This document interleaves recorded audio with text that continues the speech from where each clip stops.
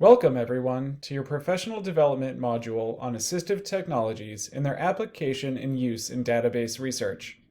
I, your friendly librarian, have been asked by Principal Fielding to put together this two-module PD after some concern was raised by you and your fellow teachers that we are not doing enough to accommodate our diverse group of learners using the tools that we may be aware of and some that we are not.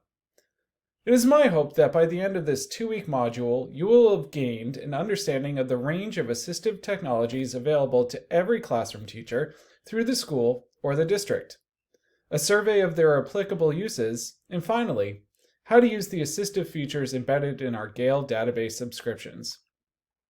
Each module runs 1 week from Monday through Sunday and contains videos, scholarly articles, and activities that will allow you to apply the knowledge you have gained from the resources in this module.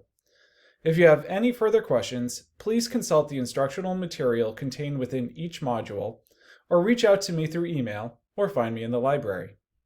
One final word, please make sure to fill out both the pre- and post-survey for this professional development. Doing so ensures that I am able to collect data about the effectiveness of the professional development and can make any changes necessary to future iterations that will encourage and support deeper learning. Thanks!